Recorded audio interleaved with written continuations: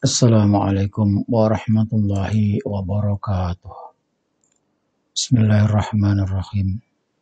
Alhamdulillahirabbil alamin. Wassalatu wassalamu ala asyrafil anbiya'i wal mursalin. Sayyidina wa maulana Muhammadin wa ala alihi wa sahbihi ajma'in, amma ba'd.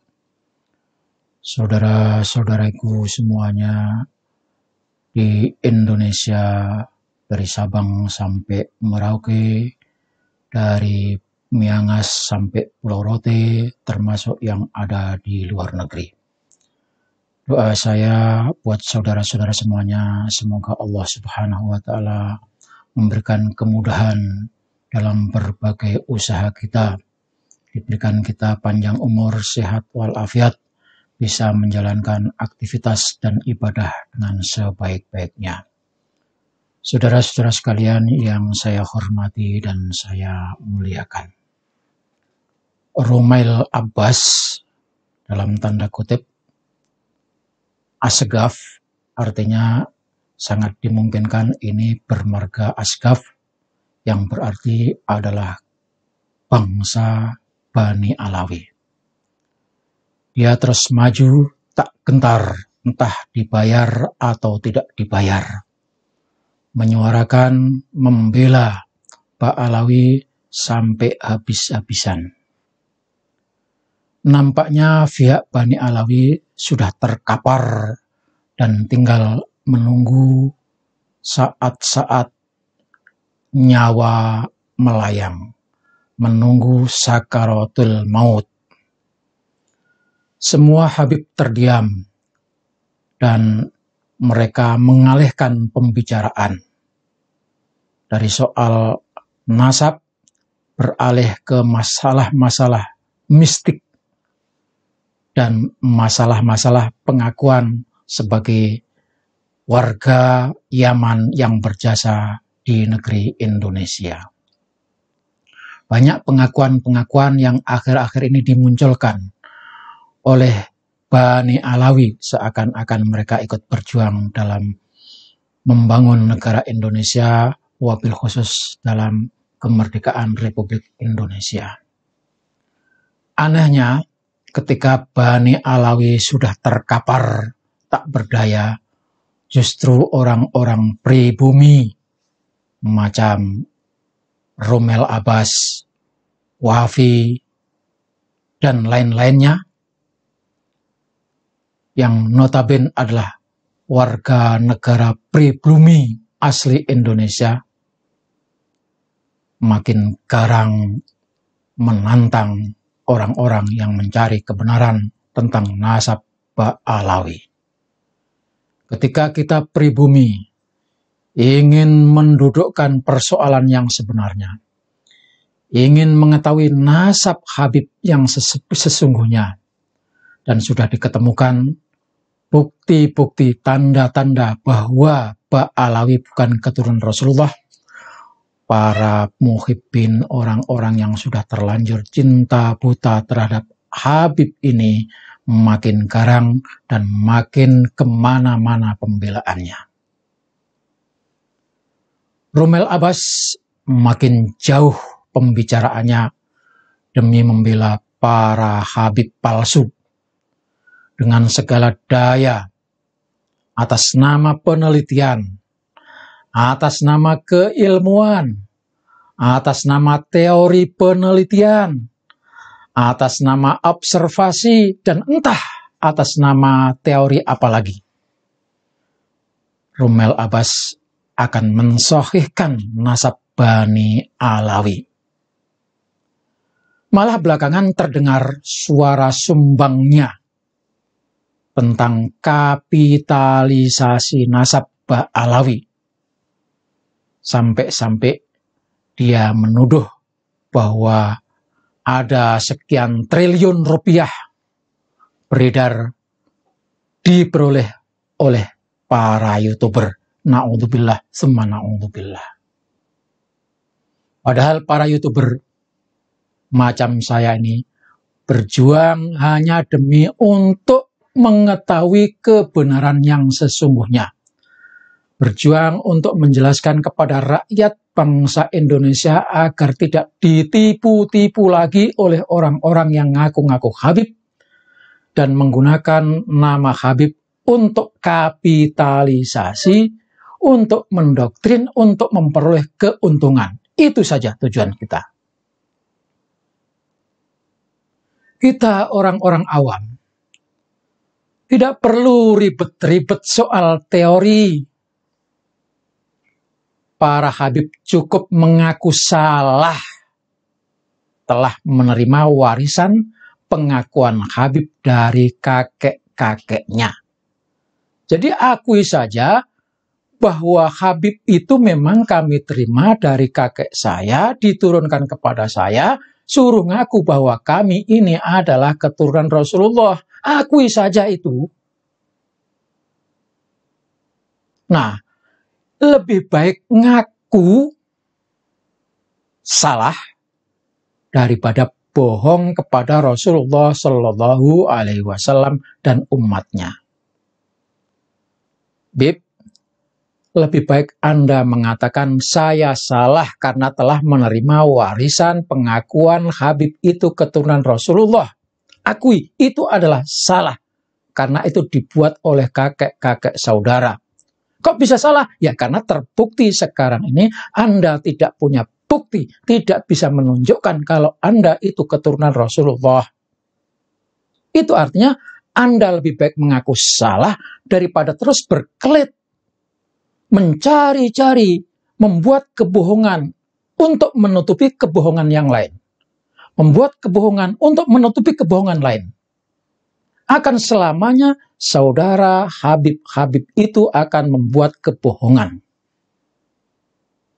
Dan saudara tahu kan, Bib, siapa yang membuat kebohongan atas nama Nabi Muhammad SAW, apa akibatnya?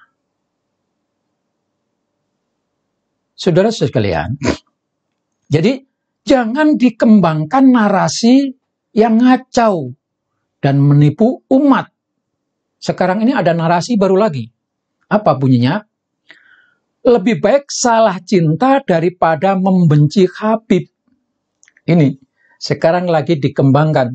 Lebih baik salah cinta kepada Habib daripada membenci Habib. Ini narasi benar-benar salah total. Kenapa? Karena sesungguhnya tidak ada orang yang membenci Habib. Loh, kan kok ada yang membenci Habib? Kok nggak ada yang membenci Habib? Terus selama ini apa? Selama ini kita cuma nanya, apa benar, Bib? Apakah menanya itu dianggap membenci? Ingat, saudara, jangankan Habib, binatang pun kita cintai. Itu ajaran Islam. Jadi jangan dikembangkan. Lebih baik salah cinta daripada membenci Habib. Tidak ada yang membenci Habib.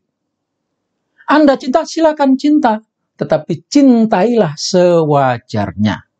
Tapi kalau Anda mengembangkan narasi lebih baik salah cinta daripada membenci, maka saudara salah. Karena tidak ada orang yang membenci Habib. Kenapa tidak ada yang membenci Habib? Habib bukanlah manusia.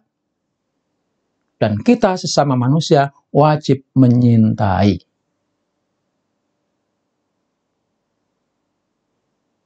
Jangankan Habib, binatang pun kita cintai. Kita cuma ingin tahu apa buktinya kalau Habib itu keturunan Rasulullah. Jadi pertanyaan itu jangan diasumsikan sebagai sebuah kebencian. Tidak. Habib-habib yang baik kita hormati, kita muliakan. Tetapi nasabnya tetap kita pertanyakan. Benar nggak? Karena nasab dengan ilmu beda. Saudara, masalahnya sudah jelas. Bahwa Habib itu bukanlah keturunan Rasulullah Shallallahu Alaihi Wasallam. Kalau sudah tahu bahwa Habib bukan keturunan Rasulullah, kok masih mengkultuskannya sebagai keturunan Rasulullah, maka itu adalah kekeliruan yang besar. Itu namanya salah alamat. Sebenarnya penisbatan nasab Ba'alawi sebenarnya penisbatan nasab Bani Alawi itu sangat mudah. Cuma dengan satu langkah saja, yaitu tes DNA. Serahkan darah Anda kepada kami. Ya, tempo hari sudah dinyatakan di UIN itu, serahkan darah Anda kepada kami tes, kami akan buktikan betul atau tidak. Itu saja sudah gampang, tidak perlu ribet-ribet. Dan itu sudah keilmuan modern.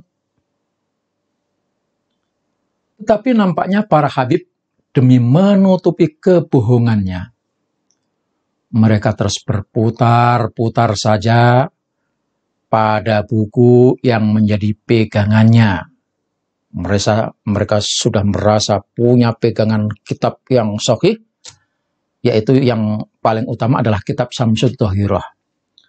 Padahal kitab itu adalah buatan Bani Alawi yang direkomendasikan, yang disumberkan dari para penjajah Belanda.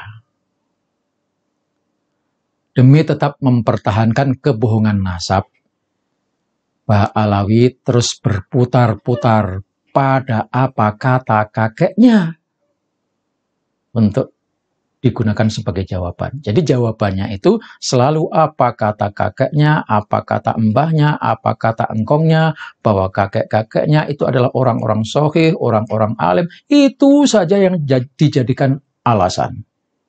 Bahkan sampai-sampai menyebut ada kakeknya yang bernama Faqih Al-Muqaddam. Itu katanya sehari bisa Isra, bisa Mi'raj sampai 70 kali bertemu Allah. Ini yang dijadikan dasar. Tasawuf, kajian spiritual tidak bisa dijadikan sebagai dalil bukti nyata, ilmu eksak. Nggak bisa. Untuk omong kosong yang terus diulang-ulang itu, jadi jawabannya kan selalu omong kosong. Selalu cerita-cerita kakek-kakeknya. Selalu cerita apa kata engkongnya, kata mbahnya, kata buyutnya, kata kakeknya, kata pendahulunya. Nah, dalam hal ini, untuk mempertegas kembali, Kiai Haji Imaduddin Utsman Al-Bantani mengajukan 3 pertanyaan. Kalau bisa menjawab, Kiai Imaduddin Utsman Al-Bantani dan para pendukungnya akan taslim, menerima kalau Bani Alawi itu silsilah nasabnya nyambung sampai kepada Rasulullah. Tapi dengan syarat berikan 3 pertanyaan ini jawabannya. Yang pertama apa? 1, berikan jawaban, tunjukkan kitab atau sumber lain yang valid dan original yang lebih tua dari kitab Asy-Syajarah Al-Mubarakah yang menyebutkan Ahmad bin Isa Al-Muhajir itu hijrah ke Hadramaut. Karena berdasarkan kitab ini, Isa itu tidak hijrah ke Hadramaut. Kalau ada yang menunjukkan itu, kitabnya lebih tua dari kitab Asy-Syajarah Al-Mubarakah, tunjukkan, nanti Kiai Imad akan taslim. Yang kedua, berikan dan tunjukkan kepada Kiai Imad kitab atau sumber lain yang valid dan original yang lebih tua dari kitab Asy-Syajarah Al-Mubarakah yang menyebutkan Ahmad bin Isa punya anak bernama Abdullah dan bercucu bernama Alwi. Karena di dalam kitab yang tertua itu, Ahmad Al-Muhajir tidak punya anak bernama Abdullah dan tidak punya cucu bernama Alwi. Kalau ada menunjukkan itu, taslim Kiai Haji Imad. Yang ketiga, berikan kitab atau sumber lain yang valid dan original yang lebih tua dari kitab As-Suluk. Kalau keluarga Faqih Al-Muqaddam itu disebut bersama Ba'alawi. 3 pertanyaan ini sudah jawablah, tunjukkan kitabnya, beres. Kalau enggak, ya sudah, tes DNA. Tidak usah muter-muter kemana-mana. Assalamualaikum warahmatullahi wabarakatuh.